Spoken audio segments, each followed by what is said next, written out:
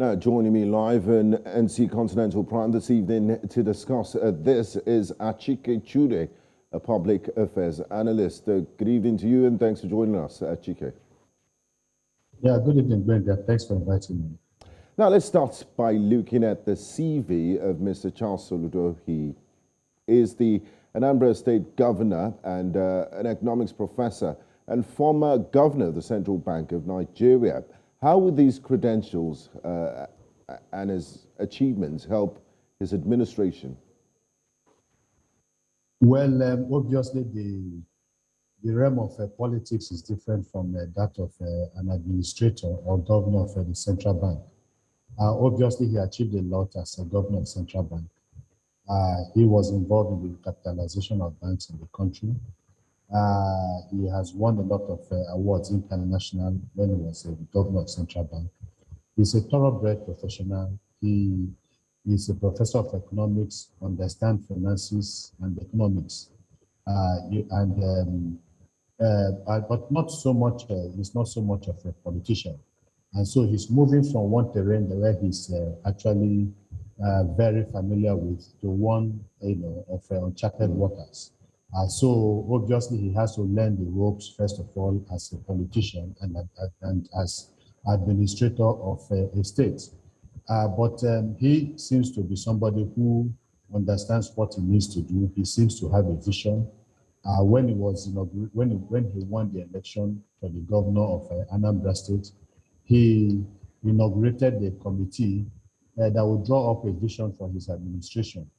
And of course, it was a committee that was quite diverse and, filled with very experienced, professionals. And then he has also talked about, frugality of government and governance. He showed that with the very small group that he had for the inauguration. And so I think when it comes to, like I said, because government is about politics, but it's also about the ability to manage resources and to allocate resources. And so he has to be able to blend his professionalism as a financial expert, as an economic, expert, and that as a politician. I think that is he has to try to learn the ropes. Okay. Once he's able to wade through the waters of politics, then the other one, I think, should be much easier. Now, in his inaugural speech, Governor Soludo stated that he's going to announce some principal officers of his administration as commissioners and advisors. What sorts of people do you think will likely work with him? Are you going to have career politicians or technocrats or a mix of both?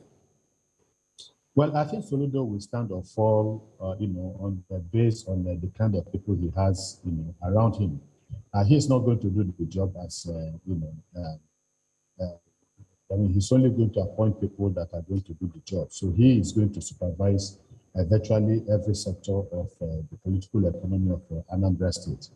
So he is going to have to work with with commissioners who will also have to work with the civil service. There will be expectations. I believe he will demand excellence, and in line with that, he has to be able, for them to produce excellence, he has to be able to pick people that understand the terrain. He has to pick people that are professional, especially in the areas he's going to appoint them to supervise. And then the issue of the civil service, I think that is one major area. A lot of people have argued that the problem of Nigeria is the corruption and then the inefficiency, boils down more to the civil activities of the civil servants rather than even the politicians.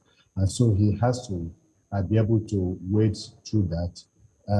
And then again, I think Soludo, when you look at him, he seems to be somebody who knows what he wants, and one thing you cannot take away from him is that he has an iron will, and I think that will help him. But he also has to learn, the ropes, and like I have, talked about, he needs to also understand the political dynamics of the state, so that he will have as little, friction or confrontation, so that he can concentrate on doing the job of governor of Anambra State. And then, of course, he also understands that for him to be able to do that, the issue of security, Anambra State has been in the eyes of the storm for quite some time. So there can be no development without peace and security. And that is why even during his inauguration, he talked about the ongoing violence in Anambra State and for the, the actors involved in acts of violence to sheath their swords so that the state can, move along the path of peace and progress. There's a lot of expectation with regards to Soludo. He's a different kind of, politician who has contested the election for governor. So a lot of people are going to be looking at him, and if he succeeds, then it's going to encourage more Nigerians to look for somebody like him, rather than the thoroughbred politician whose only business is politics. Okay, Achike, the All Progressive Grand Alliance, APGA, has held sway for some time in Anambra State. Now, let's make projections. Where do you see Anambra in 4 years' time, by the end of the first term of Governor Soludo, looking at his antecedents and his track records and the current situation of the state?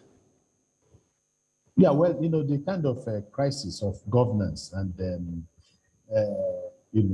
performance when it comes to governance in most parts of the country, you would say that Anambra State, to some extent, has been quite lucky with the two predecessors to Soludo. You had Peter Obi, who handed over to Obiano. Now Peter Obi was able to do a lot in terms of infrastructural development, in terms of education. I think that is even his legacy achievement. He was able to take Anambra State from the previous position to one of the best performing states in terms of education. And don't also forget that the criticism about the average youth and child has always been that they do not want to learn, they do not want to be educated. But he changed that completely. And then again, Anambra State is just one of the few states in the country that is not indebted to any institution, whether internal or external. They are not in debt, and they have been able to pay consistently salaries and pensions to civil servants. And so he does not have that burden of being weighed down by debts in the state.